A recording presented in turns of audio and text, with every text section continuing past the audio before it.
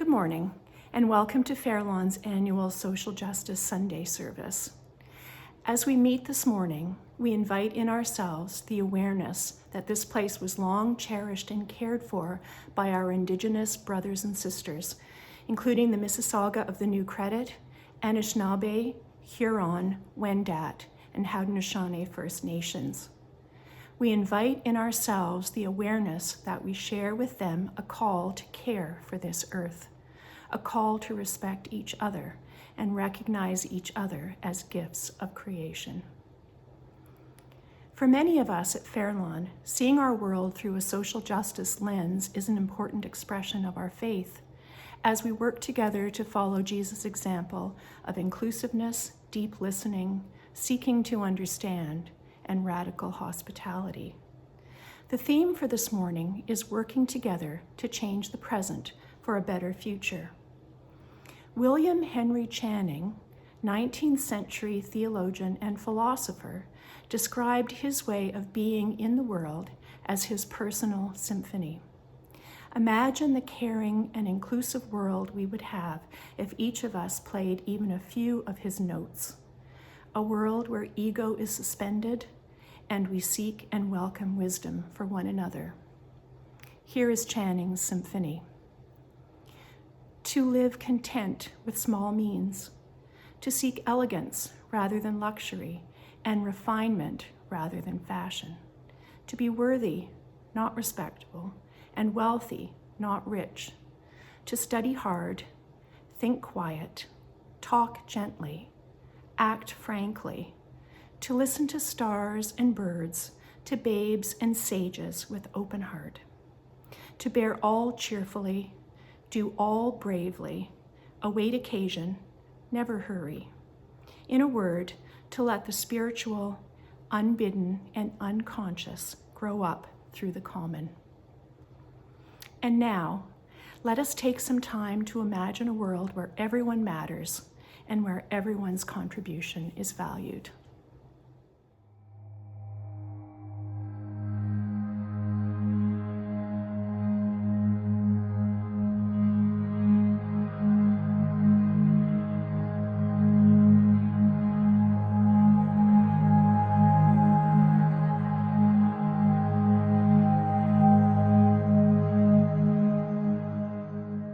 My name is Sara Gledhill. Since I started working with Out of the Cold, probably about 3 to 4 years ago now, I've always been raised that it's important to give back to your community and to be a part of your community.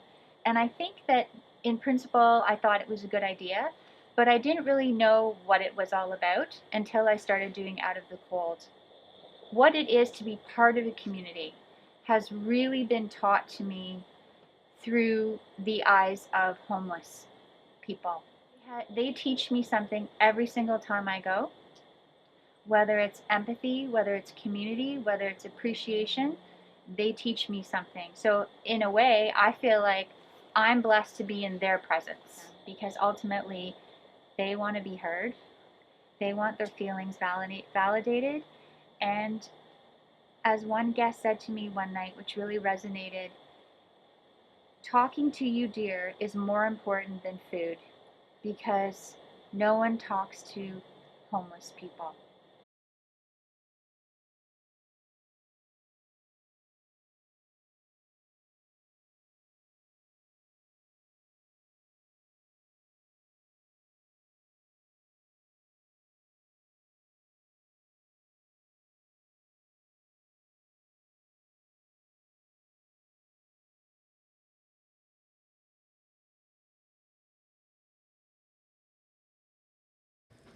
You there. Who, me? Yes, you. Why are you here? I am here to worship God with you.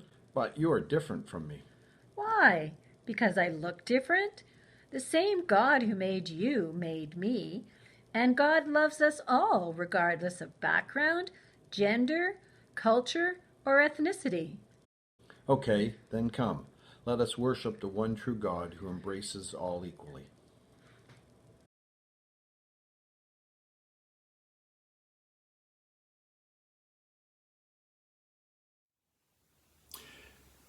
Good morning. The revelation of unmarked children's graves at residential schools was a rude awakening for all Canadians, and certainly myself included.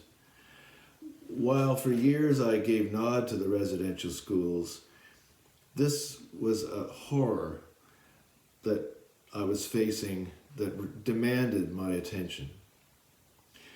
What was I to do with this newfound knowledge? How did it square with assumptions I had made in the past about Indigenous history, reconciliation, justice? The fundamental takeaway for me was that I need to be cautious about the assumptions I make about Indigenous people. As an example, we sometimes hear about how the native bands have squandered monies provided them by the federal government. Well, I need to assess those kinds of assertions more carefully. It's too easy to paint a broad brush, to ignore the environmental and social issues that impact Native people, and about the neglect that we see in such areas as clean water and housing.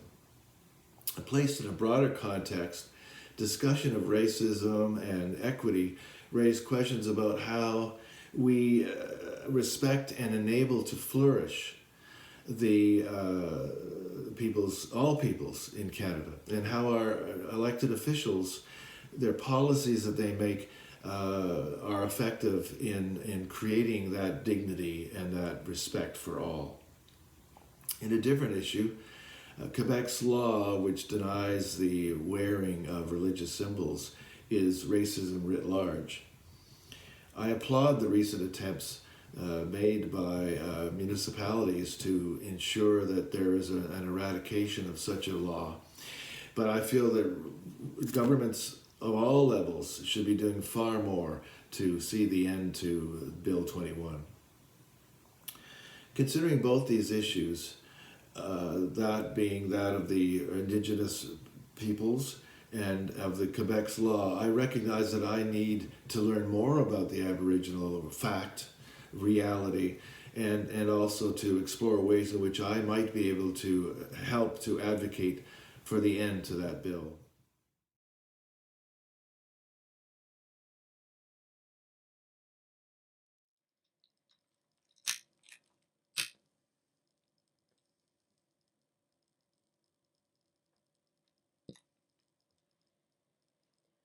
We light a candle of recognition for those who are different from us. We recognize that loving others can feel awkward, unsettling, or uncomfortable. Yet the call to love our neighbors as ourselves is unmistakable. Our neighbors who are Indigenous, Black, and other people of color, our 2S LGBTQI+ neighbors, our neighbors who are Jewish, Muslim, Hindu, Buddhist, Sikh, agnostic, or atheist, our neighbors who are young, old, rich, poor. We light a candle of recognition for those who are different from us.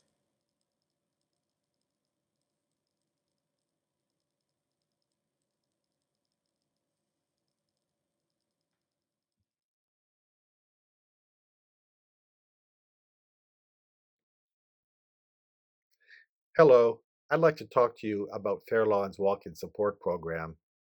I've never been a social activist, I've never had political ambitions, and yet I always feel keenly aware of injustices in the world around me, and have always tried to support and raise up the underdog in a situation occurring in my space or my sphere of influence, including the workplace.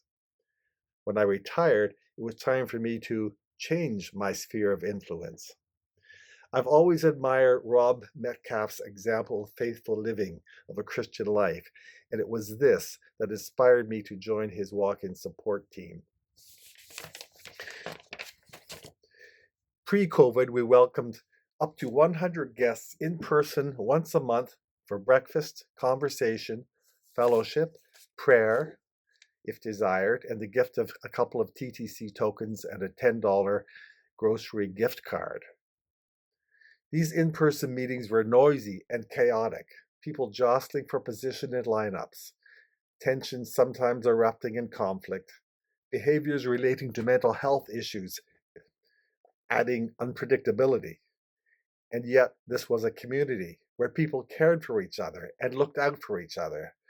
Many of our guests knew each other from the street or from their home communities or from visiting other charitable programs in the city together. But it was the one-on conversations where our guests sometimes let down their defenses and shared with me some details of their personal situations that I came to especially value. Even though I wasn't able to assist with all of their specific challenges, it was evident to me that my listening was appreciated, perhaps as much as the TTC tokens and the grocery gift card. We continue the walk-in support program during COVID by sending a monthly letter and grocery gift card to about 80 friends for whom we were able to determine a valid mailing address. The current program is much less personal, but still there is feedback that lets me know our efforts are appreciated. Most often I hear about people losing their housing, often due to the sale of a rooming house, a corresponding rental increase, and just like that, someone's out on the street. Sometimes I get asked to send the monthly letter and gift card to a post office box, or alternatively, care of a social agency office. This is heartbreaking to me because I can now put a face and a personality to the names of the people I'm hearing from. I want to close by thanking Rob for his support in this area and thanking all of you who support the program financially. It's not an inexpensive program. It costs between $1,000 and $1,500 a month, depending on whether we are providing breakfast and TTC tokens. And lastly, I want to encourage all of you to consider your sphere of influence and to expand it where you see opportunities. Individually, we can do good things, but together we are really a force.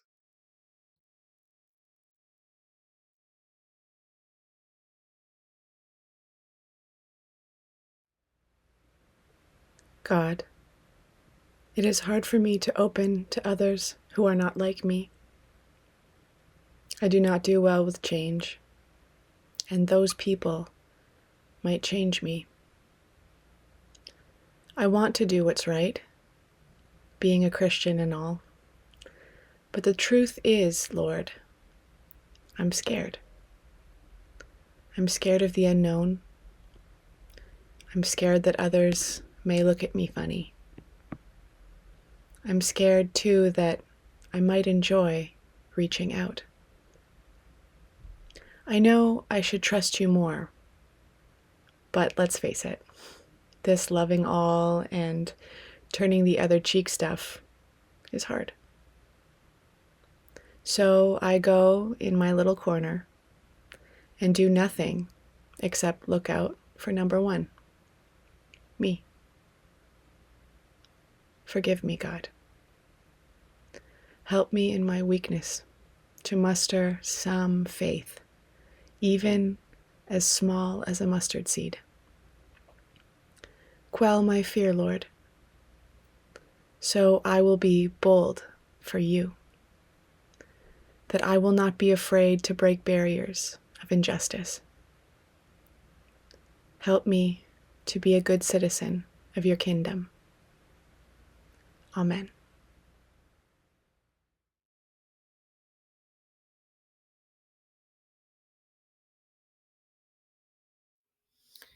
I was talking to a Black colleague of mine. We were discussing diversity, and he shared some of his experiences. He was from the West Indies and seemed to be doing very well here in Canada. But I was shocked to hear him say that one day he was on an elevator. The doors opened and the woman looked in and saw him and turned away. And he really believed that she was frightened to be in an elevator with a black man. Um, when he said this really shocked me and alerted me to the type of slights and insults that people of color experience here in Canada. And I thought we were very welcoming, accepting, and broad-minded in our understanding of people. So this really encouraged me to study more, to be more aware, and try to make sure that I didn't unknowingly slight somebody of color.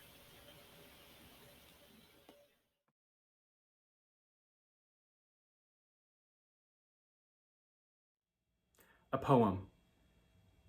Lord, make me a channel of disturbance. Where there is apathy, let me provoke. Where there is compliance, let me bring questioning. Where there is silence, may I be a voice. Where there is too much comfort and too little action, grant disruption. Where there are doors closed and hearts locked, grant the willingness to listen. When laws dictate and pain is overlooked, when tradition speaks louder than need, grant that I may seek rather to do justice than to just talk about it. Disturb us, O Lord, to be with as well as for the alienated, to love the unlovable as well as the lovely. Lord, make me a channel of disturbance.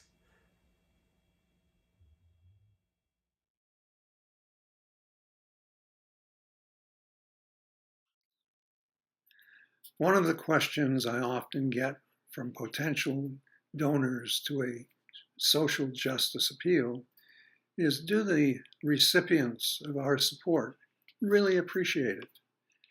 My experience with the boarding home ministry and the walk-in support program lead me to say unequivocally yes, particularly from the regulars. Early on, we started referring to the participants as guests as we talked more and more with them, which they really appreciated. Guests became friends. And they, whenever a volunteer was ill or had a problem, would do their utmost to provide support and prayer for that person. One instance comes to mind.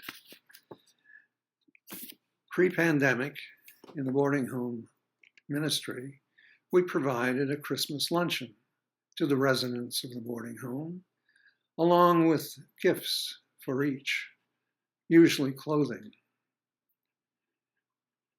One time at one of these lunches, Roger Hunter, the Presbyterian minister who coordinated the overall boarding home ministry programs across Toronto, was present, along with his young daughter, who had a PD day that day. One of the female residents always participated strongly, though perhaps not with the best voice, to the follow-on sing-along, where we had carols and popular hymns. She disappeared that day. We didn't know where she went. No one knew where. At the end of the session, she reappeared. And she said, "I don't think it's fair that we all receive gifts and this little girl got nothing. So I went out and bought a pair of gloves for her." There wasn't a dry eye amongst the volunteers. We knew that she would only have found the money by spending the remaining amount in her cigarette fund. What a way to recognize that young girl by giving up her cigarettes for the rest of the month. Did she appreciate the program, the service we provided? I think so. Her action was stronger than any words.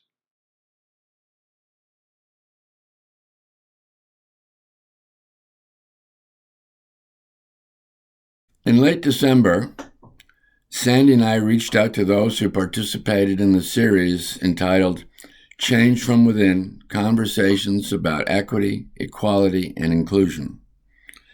We asked if some of them would be willing to share a short story about an aha moment that they might have had during the sessions or at some point in their lives.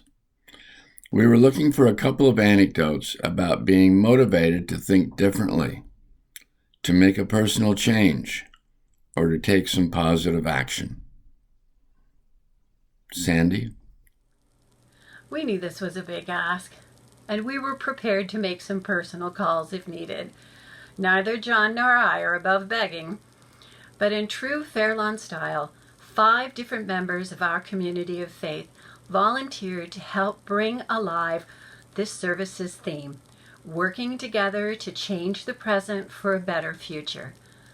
You've already had a chance to listen to 4 of these individuals, and now we'd like to close with some reflections from Greig Clark. You might find yourself thinking the social justice service is about equity and inclusion, but the speakers in these aha moments clearly represent the established majority, and I include myself in that. To help us start to understand, we can look to Robin DiAngelo, author of the book White Fragility. He says, "In a society in which race clearly matters, our race profoundly shapes us.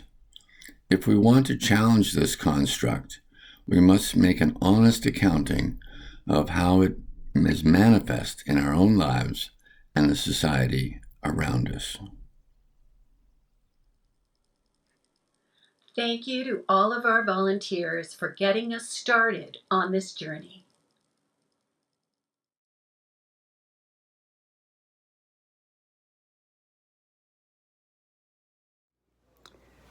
Good morning. My name is Greig Clark, and my series of aha reflections begins with the murder of George Floyd in May of 2020. At the time, I was had just become the chair of Trails Youth Initiative, not-for-profit based here in Toronto. And our mission is to work with vulnerable kids from at-risk areas and help them become contributing members of the community. We work from kids who are 12 to 16. In the inner city, about 90% are people of color, 60% are black. So this was a central issue for us. So I called up Mel, the president, and asked her what we should do about this. And as a starter, we organized a series of town halls, some with our kids to suss out how they're feeling about it, and some with our donors and our board and spouses and friends to start the process of educating and understanding this issue. So there were 3 sort of aha moments that occurred to me sort of during that process. The first was when Warren Clark, the facilitator, who's one of our graduates, had us do this thing called the Privilege Walk, which I also did later in the excellent inclusivity course that Fairlawn puts on. And it was quite graphic for me because I found that every question I took a step forward, whereas a lot of our kids took steps back. And I guess I'd understood all that I had privilege before, but that made it much more graphic. So that was aha number 1. Aha number 2 was when Warren, during that town hall, told the story of, he's a PhD candidate at Carleton in Ottawa. And when he moved to Ottawa, he got stopped 3 times by the police on random searches. I thought, okay. Again, intellectually, I'd known that kind of stuff happened here in Canada too, but that made it much more real for me. And so I started to investigate deeper. And I asked Mel, our president, I said, does it really make a difference? And she said, yeah, it does. She said, I've noticed with our kids, if they have 2 counselors to go to, and they're both very good with kids, but one of them is black and one of them is white, they will gravitate to the black one first. And they also really like it if they see somebody on our board or position of power who looks like them. And I said, okay, all right, let's do something about this. And so we, with Warren's help, recruited a wonderful man by the name of Isa Guindo, and he came on the board as chair of the DEI committee at Trails. We've taken about a year to put it together and populate it and develop its mandate. And I'm just very pleased to say that we have, in fact, just at the December 18th meeting, the board meeting, we passed the DEI vision for Trails. And I'm just very pleased to say that the reason for doing it is not just to tick that box, and but to be able to have people at the facilitator level, the staff level, and the board level that look like our kids, which we believe will help them live the mission even better and become contributing members of the community. Thanks.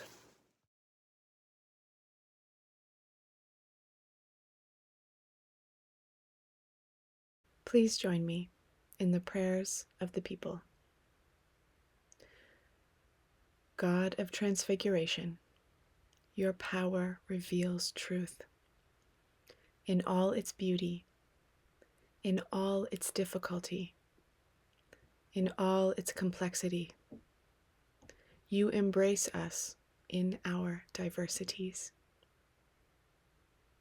loving us, accepting us. We ask you to unite us through the power of your Spirit, so that we may work to manifest your presence in creation.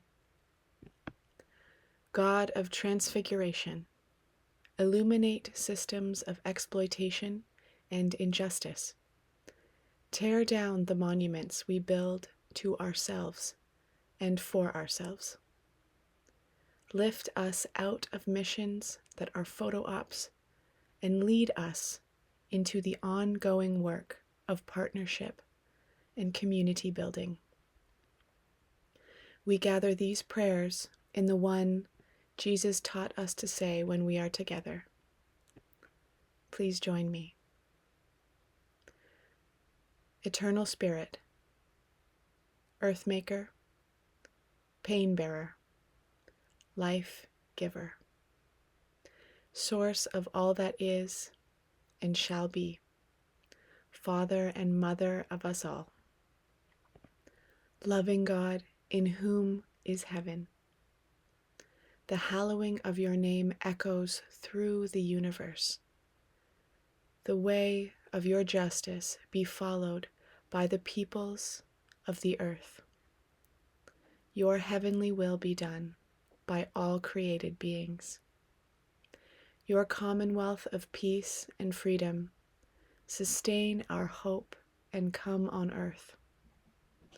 With the bread we need for today, feed us. In the hurts we absorb from one and another, forgive us. In times of temptation and test, spare us. From the grip of all that is evil, free us. For you reign in the glory of the power that is love, now and forever. Amen.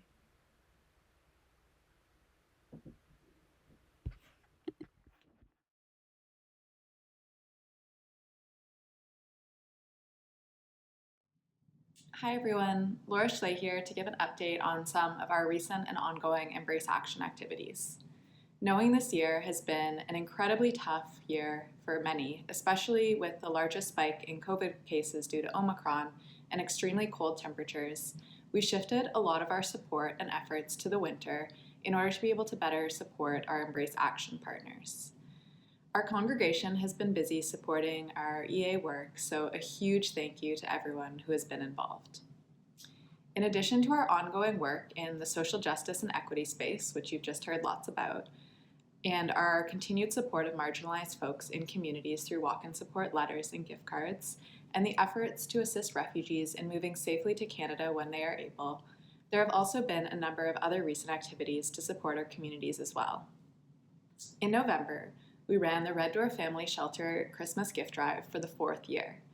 This year, as we were back in the church, we were able to see the gifts displayed under the tree, which was just lovely. All in all, Fairlawn contributed a full car's worth of toys and $1,350 to the children and families at the shelter. The team at Red Door are ever appreciative of Fairlawn's continued support. In December, our friends at the St. Luke's Out of the Cold program, which Fairlawn has been supporting since it started up at the beginning of the pandemic when the Blythewood program ended, reached out with urgent needs to keep the program running safely this winter. In addition to 2 donations made in the past year from the EA Fund, Fairlawners contributed over $2,200 to St. Luke's after seeing the impactful videos outlining the important work happening at St. Luke's. In January, we supported the Roehampton residents. The former hotel turned into a shelter for those experiencing homelessness for the second year alongside other churches in the North Toronto cluster. We aim to create 10 baskets with household items for Roehampton residents moving into permanent housing. However, within the first 2 weeks of the drive, we exceeded our goal with enough cash and items donated to fill 15 baskets. Especially with COVID becoming so widespread in the shelter system, providing additional people with the items to live in permanent housing is even that much more impactful this winter. And finally, we are currently running the Camp Scugog Valentine's Craft Shack. Your generous donations and support of the various Scugog Craft Shacks online sales over the past couple of years have meant that Fairlawn has sent more kids to Camp Scugog than any other Scugog partner. Don't forget to visit the link in the below to see the Valentine's Day Craft Shack below this video.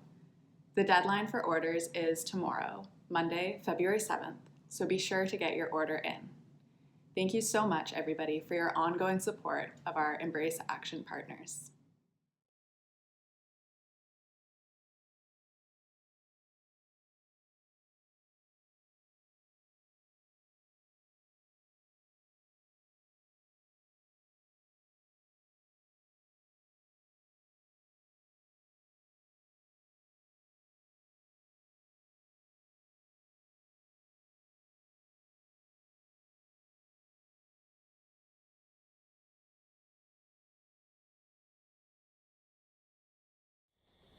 I think how people could contribute would be, I mean, financially is the big one, but in other ways too. When you see a homeless person, which not, you see them this time of year outside of Shoppers Drug Mart or in various areas, say hi. Just, how are you? Don't ignore them. That one little thing will make a huge difference because they've said, no one talks to us. Yes, some have mental health issues, and you're going to observe the situation and the person first to make sure that you're safe. Make them feel like people, honestly. And realistically, we're all God's children. These are all God's children that maybe haven't been dealt the best hand, or they haven't had the best opportunities, or they've been in an awful situation that they just can't get out of. Homelessness is not a choice.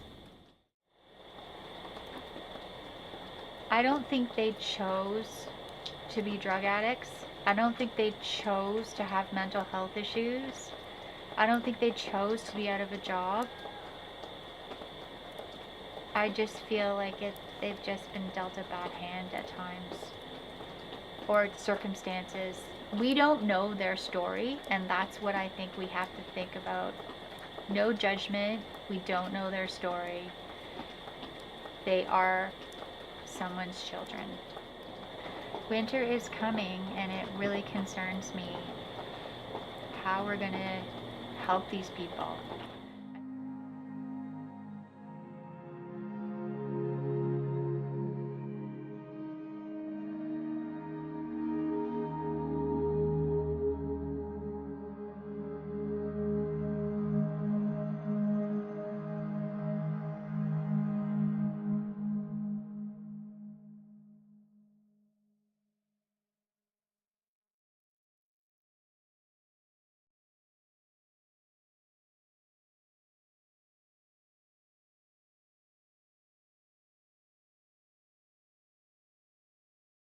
I, the Lord of sea and sky, I have heard my people cry, all who dwell in deepest sin, my hand will save.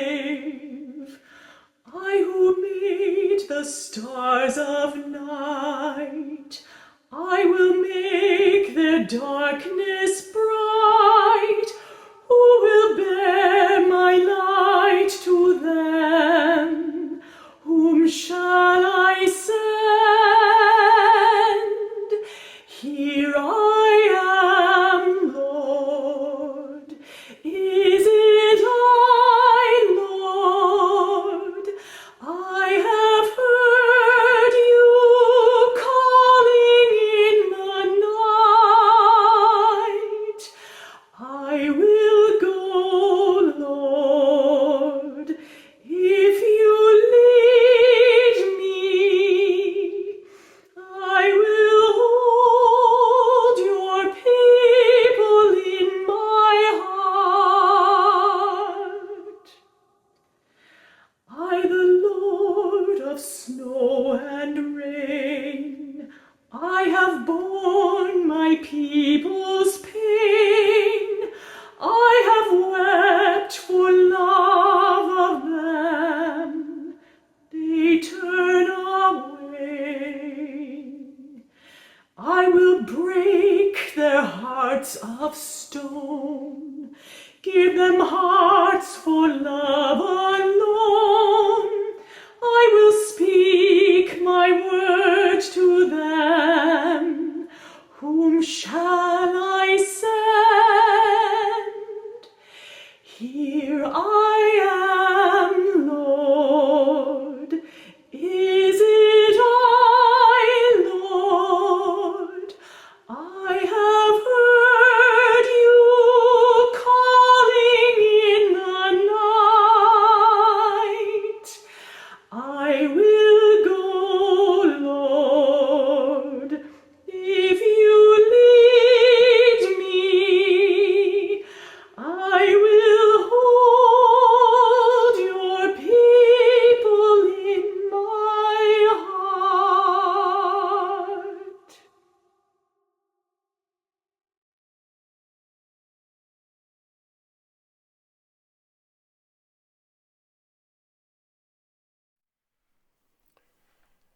As our time of worship comes to a close, we offer words of blessing that in a way gather up all that has been expressed in the inspiration, the conviction that we've brought to this time. A blessing that sends us forward with the energy to make it all so. To bring our prayers to life so our words become action in the days that follow. To be reminded anew that we do this together, to rekindle the flame that lights our way in whatever ways our path may take. This is blessing. This is hope and faith and love for what comes next in the days ahead. In the words of Marianne Williamson, in every community there is work to be done. In every nation there are wounds to heal. In every heart there is the power to do it. May it be so. We go in peace. Amen.